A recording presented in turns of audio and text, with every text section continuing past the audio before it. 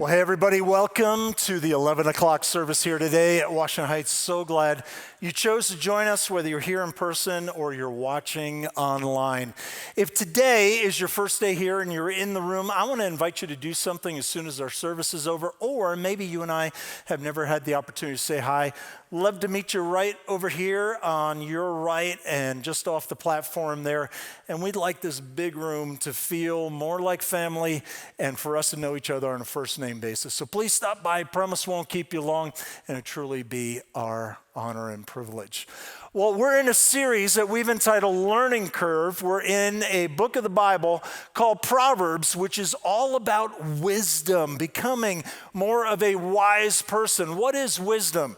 It's not just knowledge. It's not just knowing things. It's not just understanding what is true. It's also applying that to life in ways that are helpful, that are mutually beneficial, that are going to lead us forward as we become more wise. Now, if you've been around church, you may have heard that Jesus taught something called the Sermon on the Mount.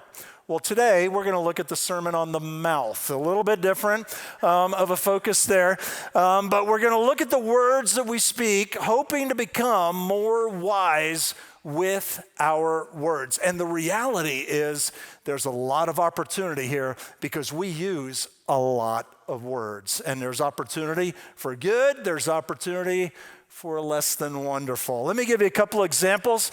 In 1 year, the average person's words could fill 56 books of 800 pages each. That makes me tired just reading that.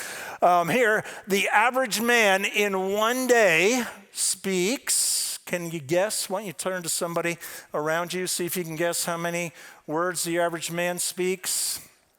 The correct answer is not 10. I heard that over here. It's a little bit higher than that. The average man speaks 20,000 words a day. The average woman, don't shoot the messenger today, okay? Just reporting the facts here. In the previous service, somebody over here said, 1 million? It's not 1 million. It's actually 30,000 words a day. Today in America, 55 million people will listen to 400,000 pastors say 1 billion words. We use a lot of words. How do we become wise in the use of our words? And in Proverbs, most of its content is dedicated to wisdom, which we've already talked about. But the next most common topic that is addressed are our words. There's some 120 verses in Proverbs that relate to our speech, to our words, what we say and how we say it. So this is going to be the best 4 hours of your life. No, I'm just kidding. What I'm going to do, we're not going to look at all of them. I'm going to try to group them together so that we understand what it is that is at stake and also how we can become more wise with our words. Here is Proverbs 17:28. Even fools are thought wise if they keep silent, and discerning if they hold their tongues. So in other words, there's a lot of potential there for harm. I think it was this verse in Proverbs that led Abraham Lincoln to say this: it is better to remain silent and be thought a fool than to open one's mouth and remove all doubt. And to say, yep, there it is on full display. Our words reveal a lot. They reveal a lot about, who we are, about what's happening inside of us. Proverbs 13:3 says, those who guard their lips preserve their lives, but those who speak rashly come to ruin. So in other words, what Proverbs is telling us is, look, our words can do one of two things. They're either going to be used for benefit or they're going to be used for harm.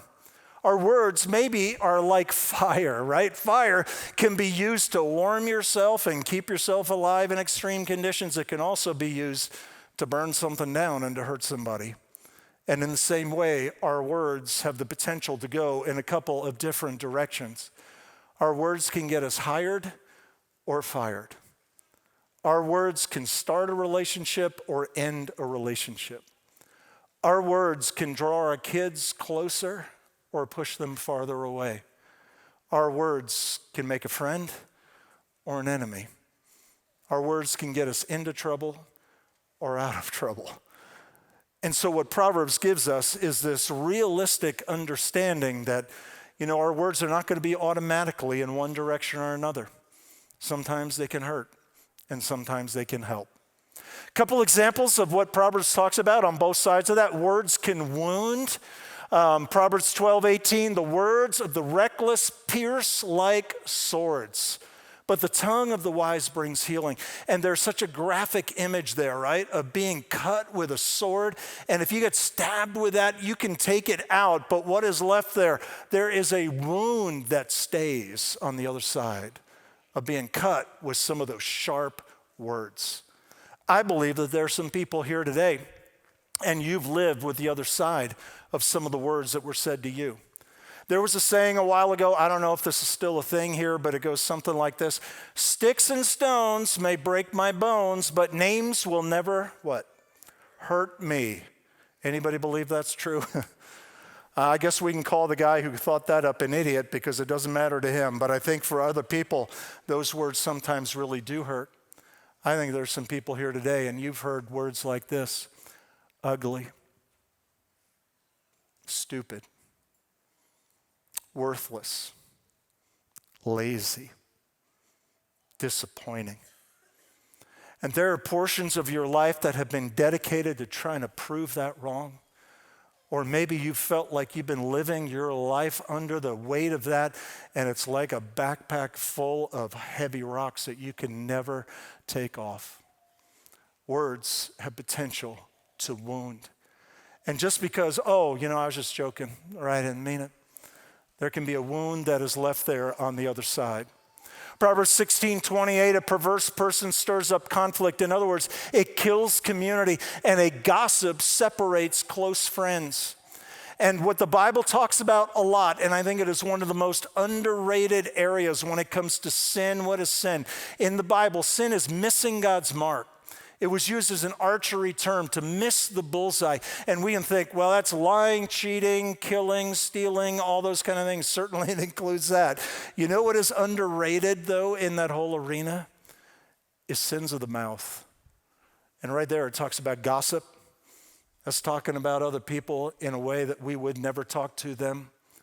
And I think we probably all know this dynamic. If somebody else is going to talk to me about somebody else, there's a really good chance they're going to talk to somebody else about me. And I think we know what it's like to be on the receiving side of that. And Proverbs is saying, don't be on the giving side of that. That all that does is destroy relationships. And when we move in the direction of doing those kind of things with our words, there is a fallout, a negative fallout in our relationships. Now, here's the thing, though.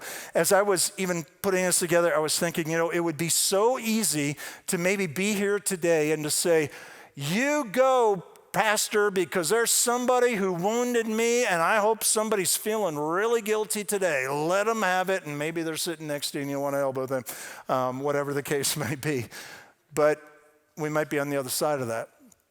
And we might say, oh man, I know that I have done that, and I'm stupid, and I should never do that again. I need to try harder. Let's not do either one of those things. Because I think what we're going to look at today, what it represents is an opportunity for all of us to become more wise and take steps forward. So by show of hands, I want to do a little bit of a poll here. How many people would say that in your life there have been words said to you that were hurtful? Anybody willing to admit that? Pretty much every hand is up. If your hand is up, it's just like last week. We don't believe you because we know that happens in this world. How many people would be willing to say this? You're in church, good place to be honest, that you have at least on one occasion said something that you think was hurtful to somebody else. See, it's all of us, right? So let's not make this about somebody else. Let's make this about all of us who need to take steps forward and become more wise with the words that we speak, because they can wound, but that's not all they can do. Our words can also backfire. on the person who uses them. The words of the wicked lie in wait for blood. They're just waiting to spring a trap. But the speech of the upright rescues them. Proverbs 12:13, evildoers are trapped by their sinful talk. Your own words will catch you. You ever heard the phrase, talk is cheap? Proverbs says, no, it's not. It can be really, really expensive. Because the words that you speak can actually enslave you and put you in a place that you did not intend to go. You never set out to go there. But boy, once those words are out, you can never get them back in, can you? And so it's a call for us to be wise. And that's why it's good news that it's not all bad news, because Proverbs also says words can nourish. Notice this progression here, this pattern that unfolds. The tongue has the power of life and death, and those who love it will eat its fruit. And so our words are compared to, right, a piece of fruit, something that is good, sustaining, something that is healthy for us. In Proverbs 18:20, from the fruit of their mouth, a person's stomach is filled. It's compared to a meal that satisfies. With the harvest of their lips, they are satisfied. And then look at this. Gracious words are like a honeycomb, sweet to the soul and healing to the bones. And so what are we talking about here? The potential for our words to either produce a good result or a result that can be detrimental and downright painful, that can destroy relationships, break people down, or it can fill them up and sustain them and build them up. So in the time that we have left, let's talk about how we can learn to manage our mouths and how we can have a learning curve in doing that. So I want to group together all these verses that Proverbs talks about, 120 of them, and we're going to talk about 4 things. Here's the first one. Think before you speak. Contemplate before you communicate. So Proverbs 16:23 says, intelligent people think before they speak. What they say is then more persuasive. You know, words can be hard. Have you noticed? I came across a couple examples of that, how sometimes, with the words it's really hard. Kentucky Fried Chicken, they have a slogan, finger licking good. Well, they went into China and the translation kind of got things wrong. It translated in Chinese, finger licking good, turned into eat your fingers off. And apparently you can get that in regular or extra crispy, so the choice is yours. Coca-Cola, they've had a slogan, grab a Coke and a smile. That actually translated in the Chinese to bite the wax tadpole, which I don't know what that is. Sounds like a 60s band, but I think that was Mott the Hoople back in the day. Jimmy Carter in 1977 was in Warsaw, Poland, and at the end of his speech, he summed it up with these words, I have come to understand your desire for the future. Unfortunately, in Polish, that translated to, I desire the Polish people carnally. That's not what he meant to say at all. So here's what Proverbs invites us to do, is to think before we speak. Engage your mind before you engage your mouth, because it is so easy for us to assume that what is clear in my mind is going to be clear in yours when I communicate it to you. I heard this example. There was a church that on a weekly basis would order 10 dozen donuts and have them available for people. But it was getting into summer and vacation season. A lot of people were going to be away. And so they called the donut supplier and said, hey, next week, let's cut our order in half. So you know what showed up the next week? 10 dozen donuts cut in half, right? Because we assume that it's just crystal clear in our own mind. But there's something in my mind that I put into words. You hear the words, it goes into your mind, and we're trying to have this communication. Is there opportunity for anything to go wrong? Are you kidding me? Is there opportunity for anything to go right? And so Proverbs tells us, think before you speak.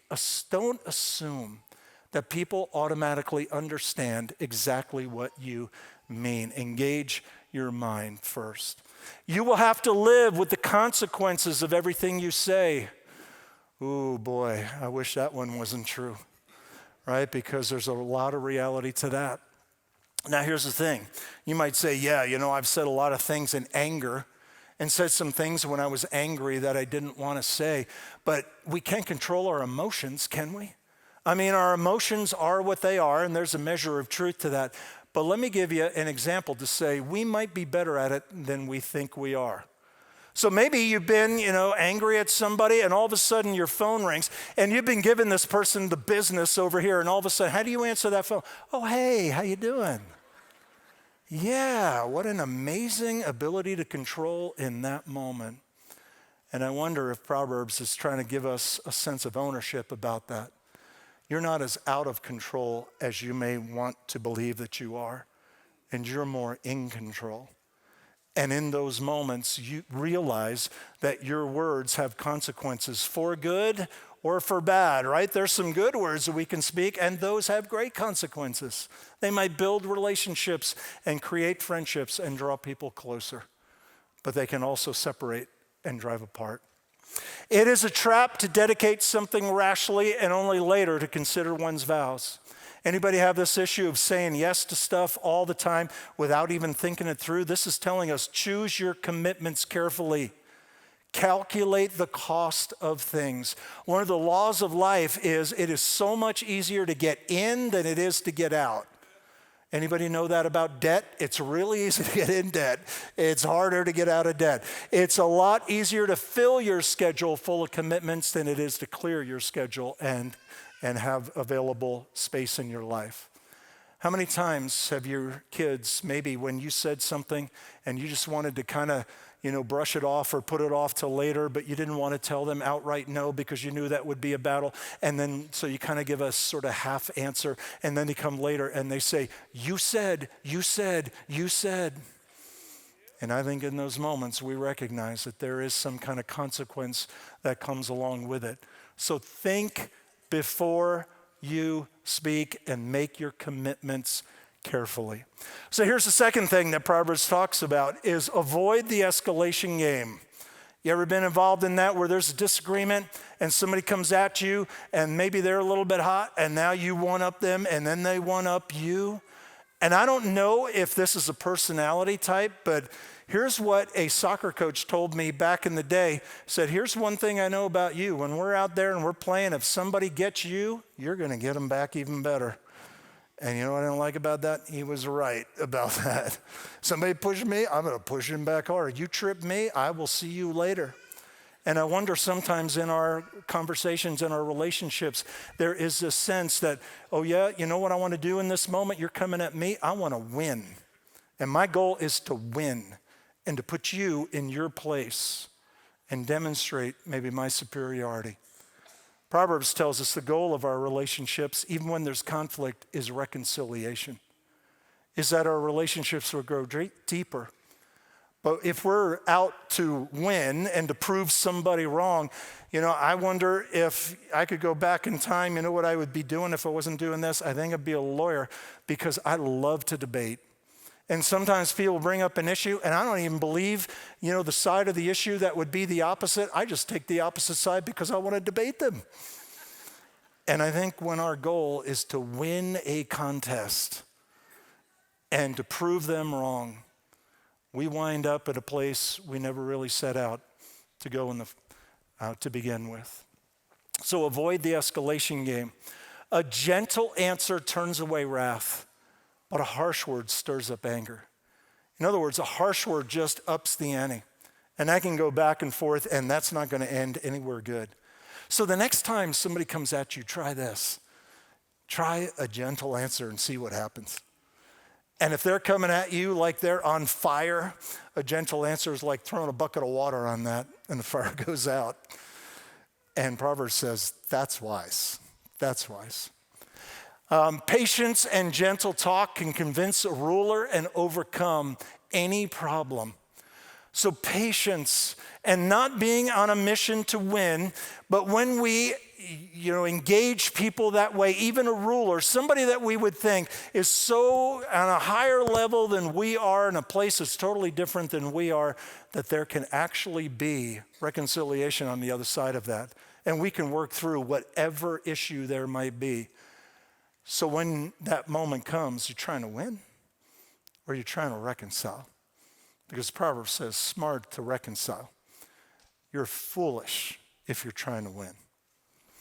So here's the third thing that Proverbs talks about in all those verses. Always speak the truth. Always speak the truth. Now, Proverbs talks about many types of dishonesty, but I just want to focus in on the arena that it talks about being honest with each other, being honest with real live people. And why is it that we often shrink back from that? Why is it that we, sense something inside of ourselves that we think they need to know, or how they've treated us or whatever, and we hold all of that back? And I'll tell you, here's that tendency, right? If we're going to be a gossip, I'm going to go talk to somebody else about that person. The Bible says, no, I'm called to talk to that person, and I'm called to be honest with them. But often we don't do that. Why don't we do that? I'll be real blunt with you, because we're cowards. That's why. And we may assume that on the other side of being honest, that people are not going to like us or respect us. Zach's story was up here before on that yellow couch. I love that story. And there he is, just talking and speaking the truth about himself and where he was. And let me ask you, as you watch that story unfold, did you respect him more or less? And I know the answer. You respected him more.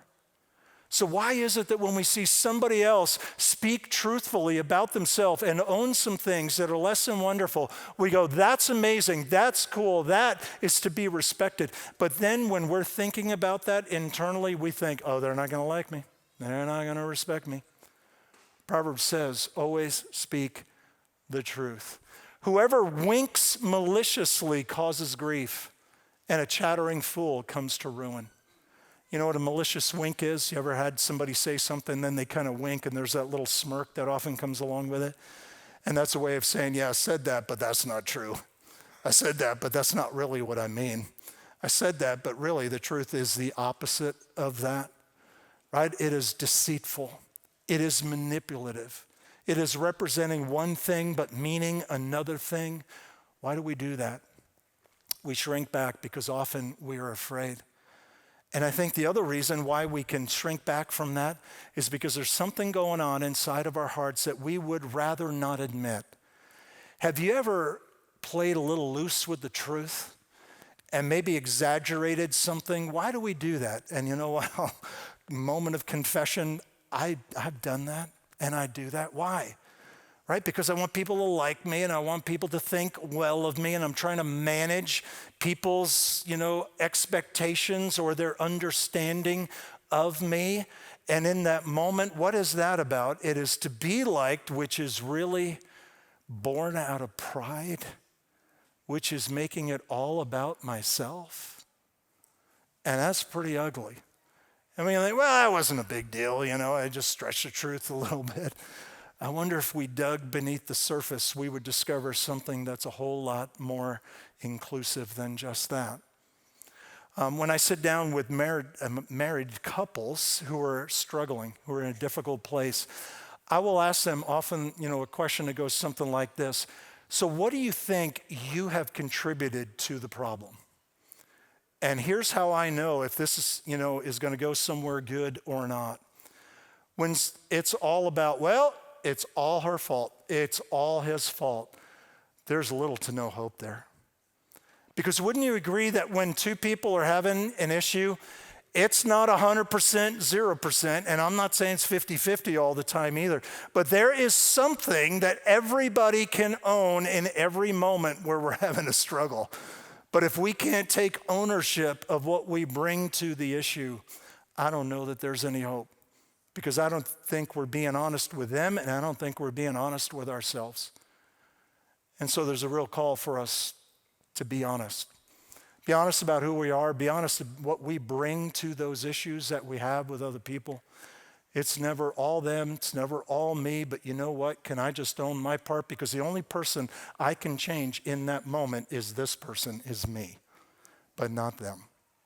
And so always speak the truth. An honest answer is like a kiss on the lips. What in the world is Proverbs talking about there?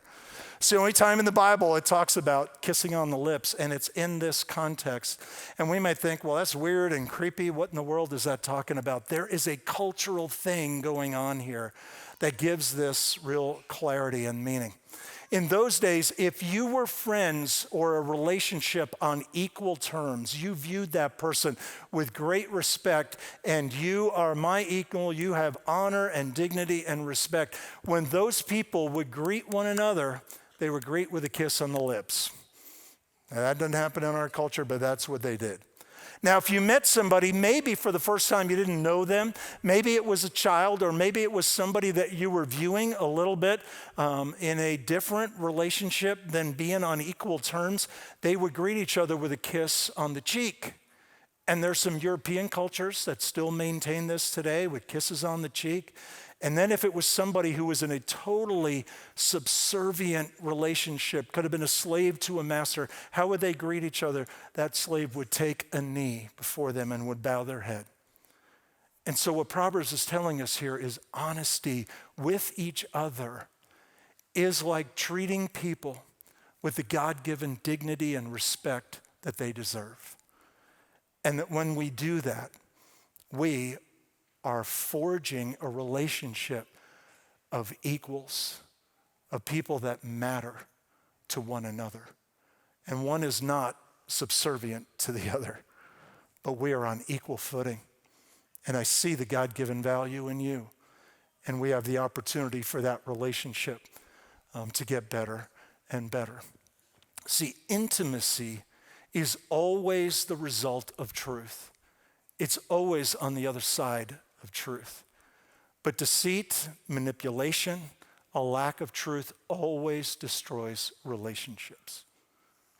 Sometimes I'll sit with premarital couples, and I just did on Thursday, and I'll always ask this question, and they answered it great. But I'll ask this question, so tell me about a time when you guys disagreed. Right, you put two human beings together for any length of time, you're not going to agree about everything. You put a man and a woman together for any length of time, they're not going to agree about everything, right? And so I would think it's pretty easy to talk about that. My wife and I, we could give you 4,000 examples of how we haven't agreed over the years. But I'll ask couples, and every once in a while, not often, but every once in a while, I'll hear this: we never disagree. And I'm thinking one of two things, right? Either you're lying because that's what you think I want to hear, but it's not, or somebody is being way less than truthful.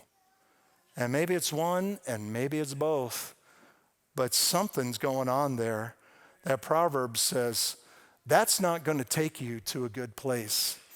Intimacy is the result of truth. It's on the other side of truth. Whoever rebukes a person will in the end gain favor rather than the one who has a flattering tongue. What's a flattering tongue? I make up stuff that sounds really good. I don't really mean it.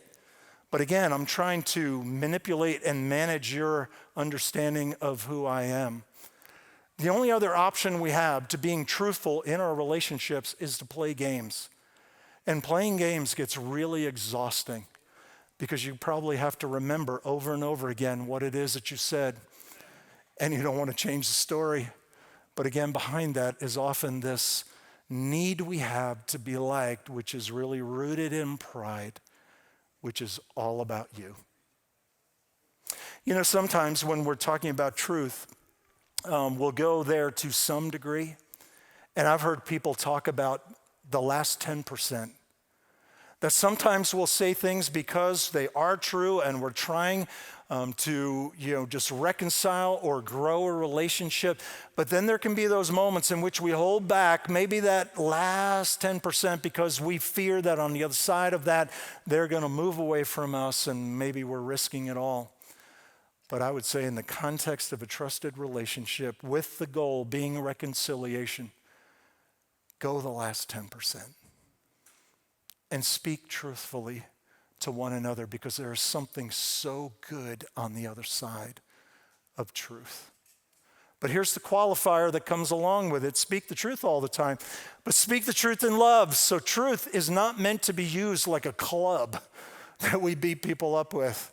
Have you ever heard somebody say this? Well, I just speak my mind. I just say whatever I feel. I just like to be brutally honest. You know what Proverbs calls somebody like that? A fool. That's a fool. because we are called to have a boundary around our truth that is always in the context of love. And when we do that, there's a result on the other side of that only truth with love can accomplish. The soothing tongue is a tree of life, but a perverse tongue crushes the spirit. And so even, in the moments when we're called to confront, are you saying that we should never confront anybody? We should never, tell somebody that they blew it? Not saying that at all. I'm just saying that when we do that, what is the goal? The goal is reconciliation. What is the context of it? The context of it is love. But yeah, there are moments we can say, you know what? You blew it. We need to learn the difference between you blew it and I don't like you. Those are not the same thing. And so we need to speak the truth in love. Anxiety weighs down the heart, but a kind word cheers it up. And I don't know about you, I can run for a couple weeks on a compliment. And those things are like life-giving and encouraging. And I've read this, and psychologists have talked about this for a long time, that 11 compliments are the same weight in the human soul as one criticism. So what do we need? We need more encouragement. And so I want to give all of us, me included, a homework assignment this week. That into the world you go, and with the people that you meet, speak words of encouragement. Don't make it up. Don't have a flattering tongue. But speak words that are legitimately encouraging to them. What would it be like if this place, that every time that we gather together, there would be words of encouragement here? Man, I'm so glad you're here today. I'm so glad that I met you today. What would it be like if our words were infused with encouragement? We don't have to build rockets, right? It's not that hard. It's just not that complicated to speak words. But so often what happens is we hold them back, maybe because we feel like, I'm not getting it, so why would I give it? I don't know what the reason is totally. But here's the thing that I would say in our world today. So many people are having a hard time. So many people are struggling. And words can breathe life into them. Check this out. A person's word can be a source of wisdom, deep as the ocean, fresh as a flowing stream. And there the picture of our words being like a glass of cold water on a blazing hot day. Or somebody who is just dying of thirst, getting that drink that satisfies so deeply.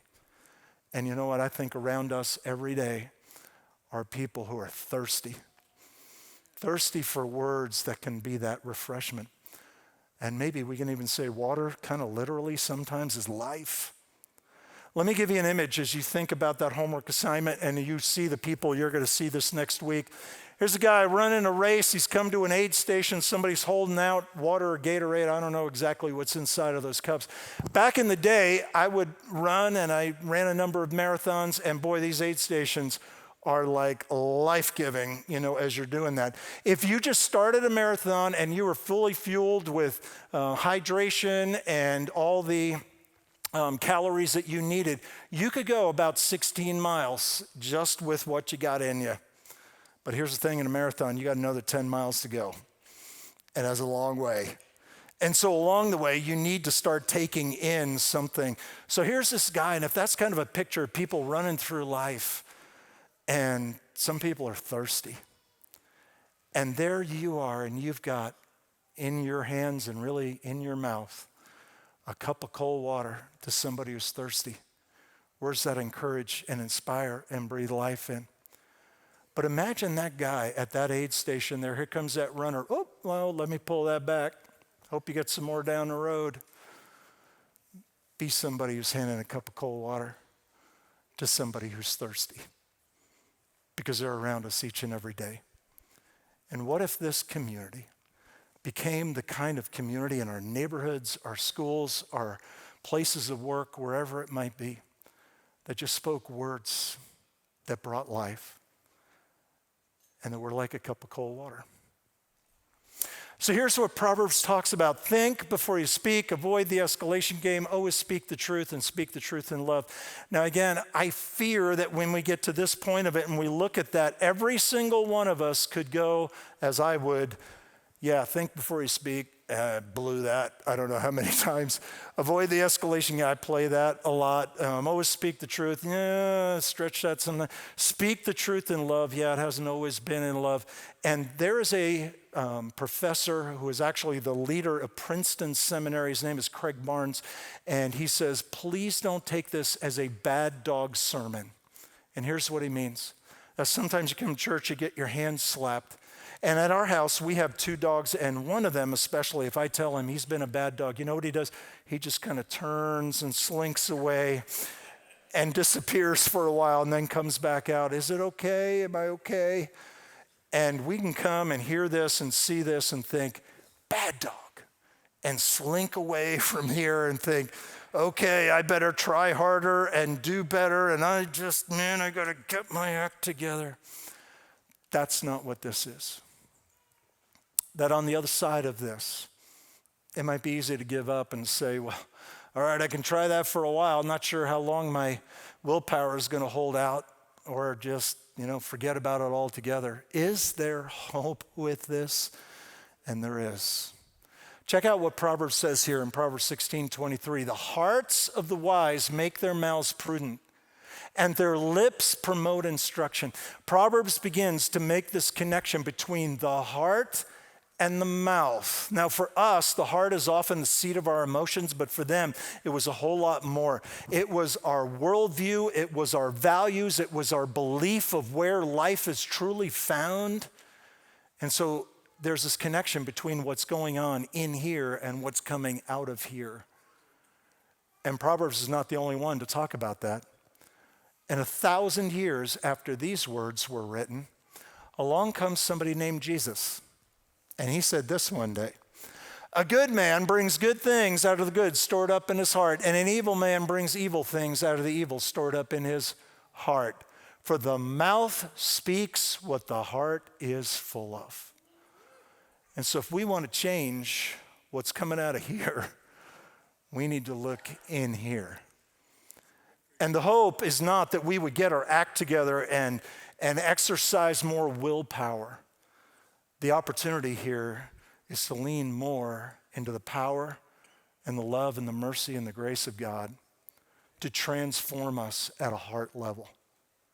And sometimes people will say this, they'll just go off and say something really mean and hurtful or whatever it is and go, well, that's not like me. I think Jesus says, that's exactly like you. Because what was in here is what came out of here. Our words reveal our heart. But here's the good news, a new heart is available.